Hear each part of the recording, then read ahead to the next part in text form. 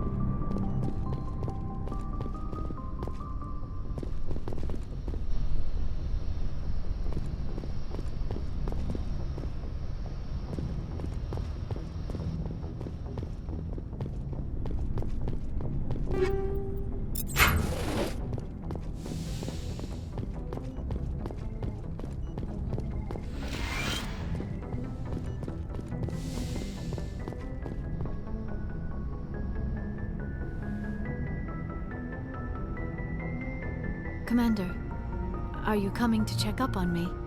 I just want to talk. Of course. I never properly thanked you for saving me from the Geth, Commander. If you hadn't shown up... I had to save you. You can help me stop Saren. I know you took a chance bringing me aboard this ship. I have seen the way your crew looks at me. They do not trust me. But I am not like Benezia. I will do whatever I can to help you stop Saren. I promise. Promises are easy to make, but hard to keep. I do not begrudge you your suspicions. I just hope in time you will come to trust me. I'd like to know more about the Asari. We were the first species to discover the Citadel. We were instrumental in forming the Council, and we always strive to be the voice of peaceful cooperation in galactic disputes. My people believe we are all part of a single galactic community. Each species contributes something to the greater whole. Although we seek to understand other species, it seems few of them seek to understand us. The galaxy is filled with rumors and misinformation about my people. Like what? Most of the inaccuracies are centered around our mating rituals. My species is monogendered. Male and female have no real meaning for us. We still require a partner to reproduce. This second parent, however, may be of any species and any gender. So you'll have sex with anything? Now you see how rumors get started. Physical contact may or may not be involved, but it is not an essential element of the union. The true connection is mental. Our physiology allows us to meld with other beings. We can touch the very depths of their minds. We explore the genetic memory of their species. We share the most basic elements of their individual and racial identities. We then pass these traits onto our daughters. It is how we learn to grow as a species and how we develop a greater understanding of other races. What happens to your partner after the union? Every relationship is different. Some unions are a single encounter with both parents parting ways afterwards. Others can be more long-term. Sometimes an Asari and her partner will stay together for many decades. You Asari live for 1,000 years. What happens when your partner dies? Few sapient species live as long as my kind. We have learned to take a philosophical approach to our unions. We do not focus on the inevitable loss of our partners. Instead, we enjoy the time we spend with them. And even after they're gone, a part of them lives on in us. The union is a connection that transcends both time and space. Do you know who Matriarch Benezia chose as her partner? She rarely spoke of her partner. Though I know my father, if you want to use that term, was another Asari. Benezia never told you her partner's name? Union with our own kind is no longer common, not for the purposes of reproduction. Most Asari believe it weakens our species. Asari daughters inherit racial traits from the father species. If both parents are Asari, then nothing has been gained, or so conventional wisdom would hold. I am what is sometimes called a pureblood, though no Asari would ever be cruel enough to say the word to my face. It is a great insult among my people. It is possible Benezia's partner was embarrassed by their union. She may have been too ashamed to publicly acknowledge me as her offspring. Why agree to the union if she didn't want any children? I cannot answer that. This is all speculation on my part. It is possible she wanted to be part of my life, but something happened to her before she had the chance. Benezia never spoke of her partner. Whatever happened, it caused her too much pain to dwell on it. She raised me by herself, though that is not uncommon. Many asari raise their children alone, particularly if the father species is short-lived. Often the partner will pass on long before the child reaches maturity. I should go. Goodbye, Commander.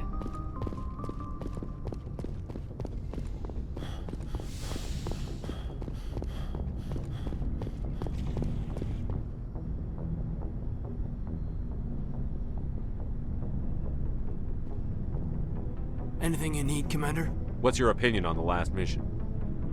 Dr. T'Soni. Seems like a sweet girl.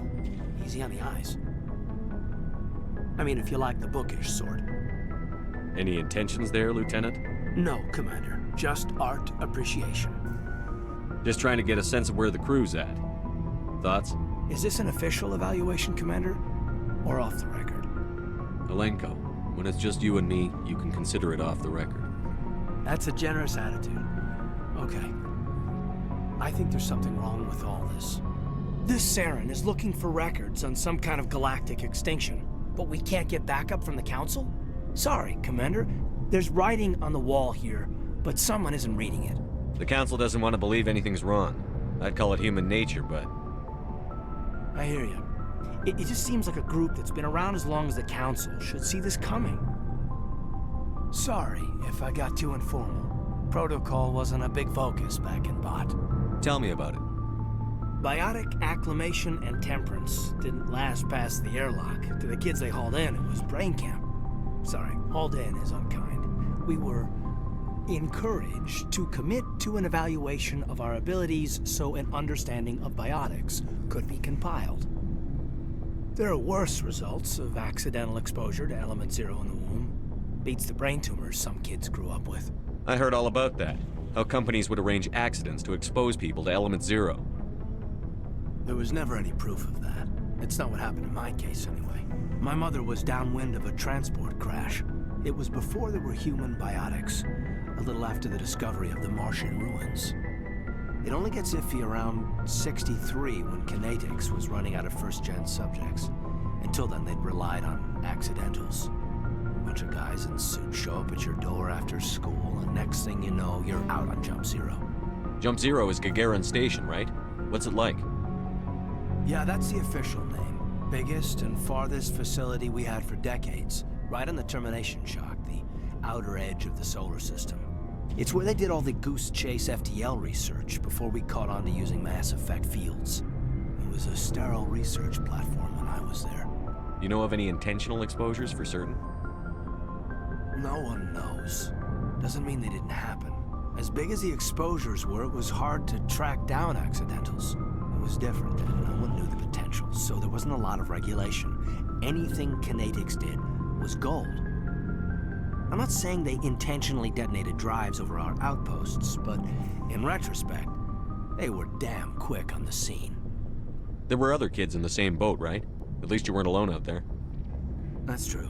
We did have a little circle that'd get together every night before lights out. We didn't have much to do, though. It was a research platform then, and kinetics kept Jump Zero off the extranet to prevent leaks. You were all teenagers. I'm sure you found other ways to occupy the time. I'm not the sort who does that kind of thing, Commander. Not lightly, anyway. There was a girl I spent a lot of time with a week after our close on. Rana. She was from Turkey. Her family was very rich. But she was smart and charming as hell. Beautiful. But not stuck up about it. I think you'd have liked her. Sounds like she was special to you. She was. Maybe she felt the same. But things never felt together. Training, you know. Jump Zero's a long way from home. What was it like? The grand gateway to humanity looks a lot better in the vids. But that's my own baggage, Commander. No bearing on this. Alenko, there's no regulation that says you can't be friends with your commander. I appreciate that, Commander. I just don't want you to think that I'm a whiner. Besides, I've got my past squared away.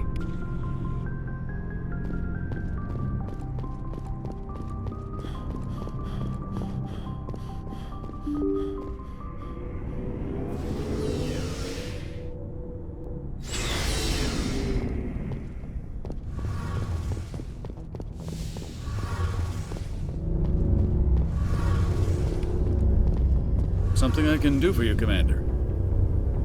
Fill me in on the IES stealth systems. How does it work exactly? You can't hide a ship out in space. They emit too much heat and radiation. Too easy for sensors to pick them up, unless you find a way to capture those emissions. So our stealth systems trap the energy we give off in storage sinks built into the ship itself. No emissions to give away our location. Eventually the sinks have to be vented. More than a few hours silent running and they overheat. Cook us inside our own hull.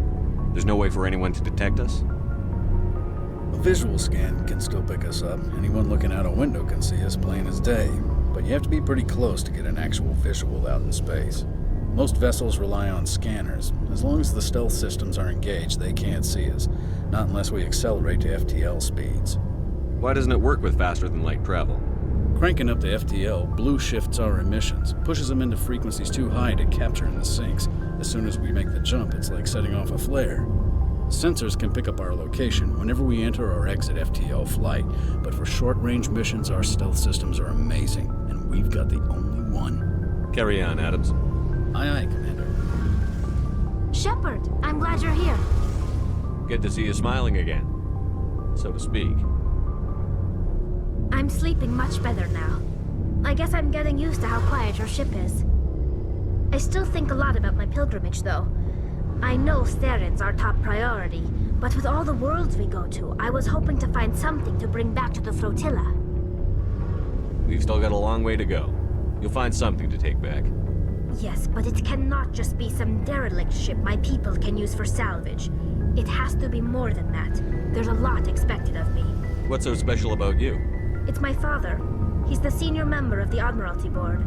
He's one of only 5 people who can overrule the decisions of the Conclave for the good of the migrant fleet. My father is responsible for the lives of 17 million people.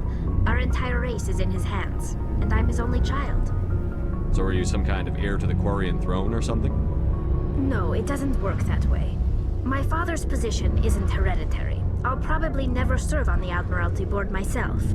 Officially, I'm just the same as any other citizen. But it doesn't work that way in practice. People have always treated me differently because of who my father is. You must get all kinds of special privileges. I probably had it easier than most growing up, but it's not all good. People like my father have enemies, and they're not above using me to get to him. It must be tough on you. My people place a high value on family and ancestry. There's an unspoken expectation that I'll live up to my father's example. Everyone's waiting for me to do something great on my pilgrimage, something that will forever change our lives for the better. If I don't, it's like I failed, and that reflects badly on both me and my father. The work you're doing here is more important than anything any Quarian has ever done before. Yes, I know. But you have to understand Quarian culture. We're a very insular society. The events beyond the flotilla don't much matter to the average citizen. Our greatest dream is that one day we'll return to our homeworld and drive out the Geth. But even if we stop Saren, that's not going to happen. There's still millions of Geth behind the veil. Until they're gone, our exile will continue. What would you need to bring back to make everyone happy? Something that would help us better understand the Geth. They've changed significantly since the exile. They've continued to evolve. We've done our best to study them, but it's not easy. They're very reclusive. Until recently, they never went beyond the borders of the Veil. And all the Geth we run into now are under Saren's control. We'd need to find Geth operating on their own, independently. But I don't want this to get in the way of our mission, Shepard. First, we stop Saren. Then I'll worry about my own problems. What was your father like? It wasn't easy growing up as the daughter of one of the Admiralty. Even before he joined the board, he was a prominent figure. People looked to him for leadership.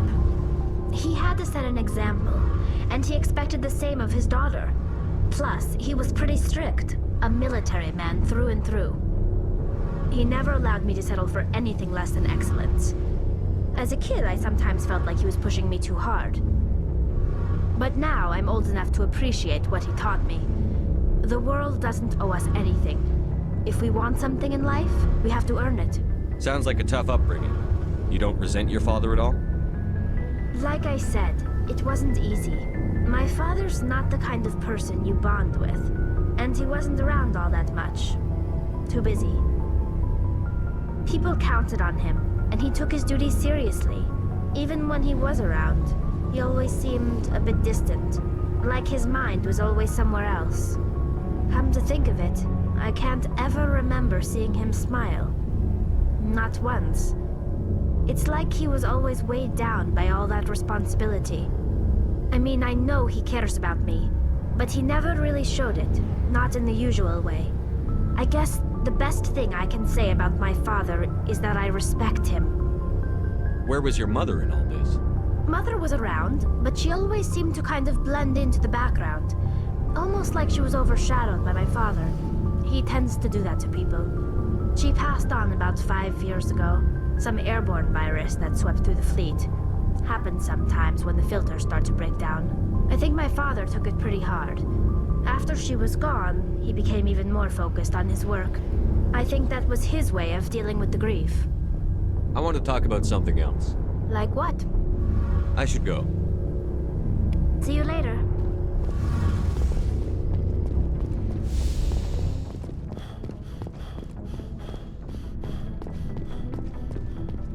What do you want, Shepard? Why did you become a mercenary? Lots of reasons. Such as? Such as, I needed to get out of our system. I needed to eat. I needed to survive. Why not stay and help your people? I tried to help. That's why I had to leave. What happened? I was betrayed. I was head of a small tribe. We were trying to restore order after the war, but the other tribes were against us. They followed Jared, one of the few warlords who survived the war with the Turians. But he was old, and so were his ideas.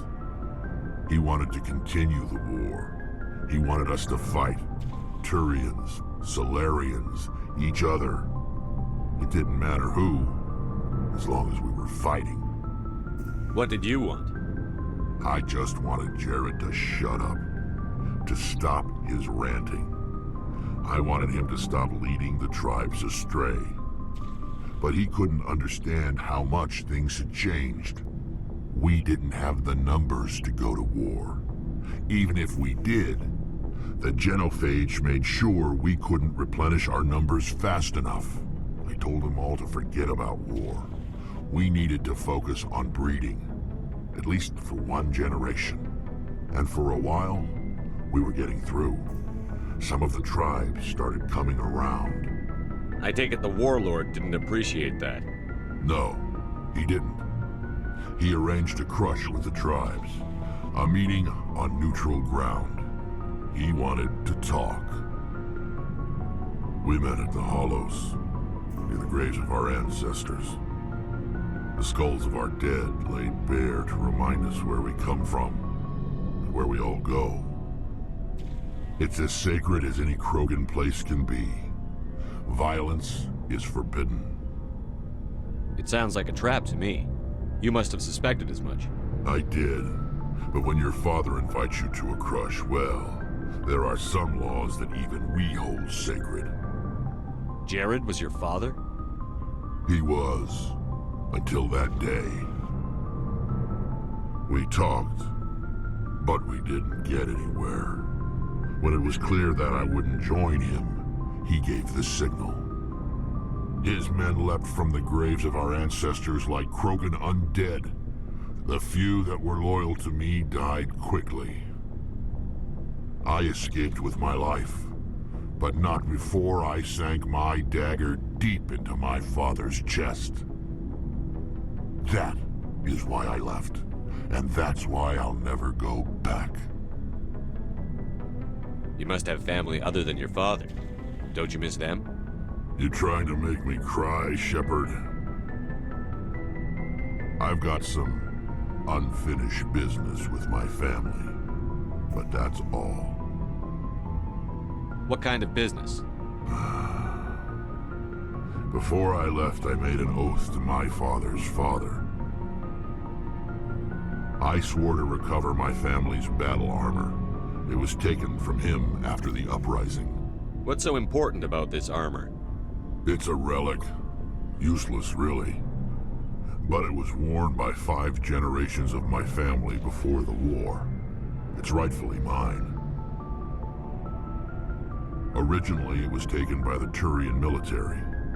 We weren't allowed armor or weapons after the war. Now, it's in the hands of Ton Actus, a Turian scum who collects relics from the war. He's made millions selling Krogan artifacts that were stolen from my people. He's got several bases where he stores his goods, all fortified and guarded. I just don't know which base has my family's armor. Just tell me where to start looking. I'll upload the data to your nav system. But Commander, I want to be there when you find him. So long, Rex. Shepard. Oh, before I go, you said you're serving with Commander Shepard now? We saw him on the news here. He's cute. Later, sis. Tell me you didn't hear that. Afraid I did. Oh, shoot me now. One of my sisters. That's Sarah, the youngest. What's up? You didn't come by to eavesdrop on family mail. Your family seems to be important to you. Yeah, we've always been close. Me and my sisters especially. With Dad on duty so much, I had to help Mom raise them. You have more than one sister? Sounds like a big family. Yeah, I'm the oldest, then Abby, then Lynn. Sarah's the youngest. She's still in high school. With 4 girls, Dad used to say he felt more outnumbered at home than on maneuvers. Did your father serve with the fleet? Yeah, took any crap posting he could get that offered space time. You know what? He worked his ass off trying to get recognized, but he never made it above serviceman 3rd class. He was real proud when I made chief. First thing he did was salute. What about your mother? You haven't mentioned her. You must know what military wives are like. Strong because they have to be, able to raise kids while Dad's away on a 6-month cruise. She has a degree in planetary geology. She and Dad both wanted to see new worlds. She gave up her career to raise us, though. Where did you grow up? All over. We transferred a half a dozen times before I finished grade school. You go where personnel command sends you, right? I guess that's why I'm so tight with my sisters. We'd have to leave all our friends every 2 or 3 years. After helping raise them, your sisters still talk to you? Amazing. Things were tense between Sarah and me for a while. Then we bonded. Sounds like a story. Feel like sharing? Sarah got herself a boyfriend who wanted to go faster than she did, Mike. I didn't think he was a bad kid, just pushy. Lynn would send me these worried vid mails, and I'd tell her to relax. Where were you when this was going on? I was on active duty. Sarah's graduating high school this year. This was only a couple of years back. They were on Amaterasu. At the time, I was assigned to Chernobog. Same cluster, but a dozen Hellwire away. Close enough to talk regularly, too far to make it back in an emergency. I couldn't afford a fast packet flight. The male pursues the female.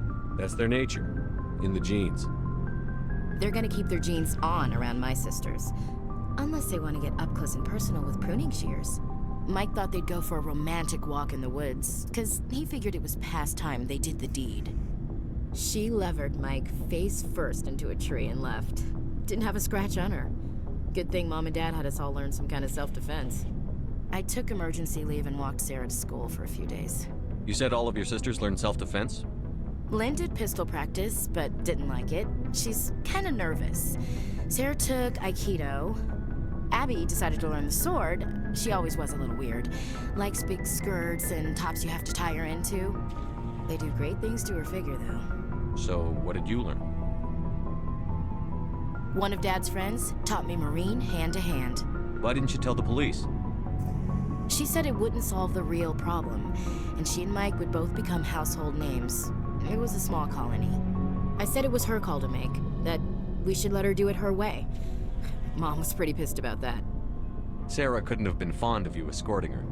Embarrassed the hell out of her. But it was worth it in the end. My last day out, Mike was waiting for us. Sarah had told her friends, so everyone at school knew what he did. He wasn't happy. I wanted to snap him in half, but Sarah gave me this look, this let me handle it, I need to do this alone look. She kept her cool, God bless her, as he screamed in her face. She just let him vent. Then he tried to punch her. I swear, she just flowed around him. Next thing I knew, he's face down on the sidewalk, and there's blood everywhere. She cracked him in the face. Good. When he swung, she wasn't there anymore, and he fell. She helped him stop the bleeding and had me call an ambulance. She told the paramedics he fell. Before they took him to the hospital, Mike touched Sarah's arm. I thought he was gonna end up on the ground again. But he hung his head, whispered, "I'm sorry," and started crying. And she hugged him. The Williams women are a decisive bunch, Commander. We do things when we're ready. Not before, not after. Where was your father during this? Wasn't your family stationed near him? Dad always wanted to serve in space, but he wanted us to have real ground under our feet. He'd say, space is beautiful, but you can't raise a family there. I cannot rest from travel. I will drink life to the lees. All times I've enjoyed greatly, have suffered greatly, both with those that loved me and alone. For always roaming with a hungry heart, much have I seen and known, cities of men and manners, climates, councils, governments. I didn't know you liked classical literature. Ulysses was my dad's favorite poem. Every time he shipped out, he recorded me reading it. He had a dozen versions when he retired. Does he still like it? I sure hope so. I read it to his grave every time I go home. Dad passed on a few years back. He's probably still watching, though. So behave. You mean from wherever we go after death? Dead on, Skipper. He's with God now.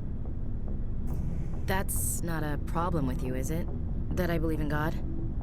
Your beliefs are your business. I'm your commanding officer, not your moral compass. Just my commanding officer, huh? We'll have to see about that. I'll look forward to our next talk. You should. I should get back to my duties. Didn't mean to take up so much of your time. What's your opinion on the last mission? Not sure I buy Dr. T'Soni's story about her and her mom not talking. They're family, right? I'm not sure I believe it either. It's better to have her where we can see her. That makes sense. Too bad those ruins got destroyed. I mean, they lasted thousands of years. That's impressive. We'll talk later, Williams. Looking forward to it, Skipper. Commander, good to see you. You've been with CSEC a while. Have you seen much action? Well, not as much as you, but yeah, I've seen some interesting things. I'll bet you have. Anything in particular that stands out? I remember this Solarian geneticist I was sent to investigate. That case was a bit disturbing. What happened? Why were you investigating them? I was tasked with tracking black market trade on the Citadel. Most of it harmless, nothing I needed to pursue. But during the course of my investigation, I noticed an increase in the trade of body parts, organs mostly. We usually get a few of those, but not the numbers I was seeing. We weren't sure if there was a new black market lab or if some freak was harvesting organs from citizens. You've seen this before on the Citadel? Every so often, some lab sells unwanted parts through the black market, but they're not as bad as the psychos. I remember this one Elcor diplomat we caught in my first year on the job. He was hacking people up and selling their organs. Had the station in a bit of a panic. But this case wasn't that clear-cut. Turns out there was more going on than we first realized. So how did you figure out what was happening? First, we got a hold of a sample and ran DNA tests. The weird thing was, the match led us to a Turian who was still alive and was very convinced he'd never lost his liver. After a bit of digging, I discovered this Turian worked briefly for Dr. Salion, the geneticist. So I went to his lab hoping to find evidence of cloned organ development, but there was nothing. No Solarian hearts, no Turian livers, not one krogan testicle. You're kidding, right? Why would anyone want krogan testicles? Some krogan believe that testicle transplants can increase their virility, counteract the effects of the genophage. It doesn't work, but that doesn't stop them from buying. They'll pay up to 10,000 credits each. That's 40,000 for a full set. Somebody's making a killing out there. What did you do about the geneticist? I brought in some of his employees for interrogation, to see if I could get them to talk. While I was interviewing one of them, I came across something suspicious. Good thinking. Blackies are always easier to scare. Exactly. Though in this case it paid off in a different way. One of my detainees started bleeding profusely during the interview. We offered to patch him up and he got frantic, freaked out. I ordered a full exam to find out what was going on. Our medics found incisions all over his body, some of them fresh. That was our big break. These people weren't just Dr. Salion's employees. They were test tubes. Walking, living test tubes. He was growing parts inside these people? Exactly. He cloned their organs right inside their own bodies. Then he harvested them and sold them off. Most of the victims were poor. He'd pay them each a small percentage of the sales, but only if the organs were good. Sometimes an organ wouldn't grow properly, so he'd just leave it in them. Most of them were a mess, but only on the inside, hidden so nobody could see it. I hope he got what he deserved. That's the worst part. We never caught him. Why not? What the hell happened? He ran, blew his lab, grabbed some of his employees, and headed for the nearest space dock. By the time I found out, his ship was already leaving. He threatened to kill his hostages if we tried to stop him. But you went after him anyway, right? I ordered Citadel Defense to shoot him down, but CSEC headquarters countermanded my order. They were worried about the hostages, worried about civilian casualties if the ship was destroyed so close to the Citadel. I told them those hostages were dead anyway. He just used them to make more organs, but they wouldn't listen. No wonder you hated it there. Those idiots just let him fly away. Yes, they did. I went to Palin and told him what I thought of him and his policies. He said if I didn't like it, I could quit. Well, I almost did. All they had to do was disable that ship, stop him from running. Maybe the hostages die, maybe they don't, but at least we stopped the bastard responsible for it all. A few casualties is a small price to pay to stop someone like that. Yeah, exactly. I mean, those hostages might be wishing they'd died by now anyway. Just wish I could have stopped him. That's all. Do you have any idea what happened to Dr. Salion? I sent out feelers from time to time, hoping to find something. I thought I'd found him a while back.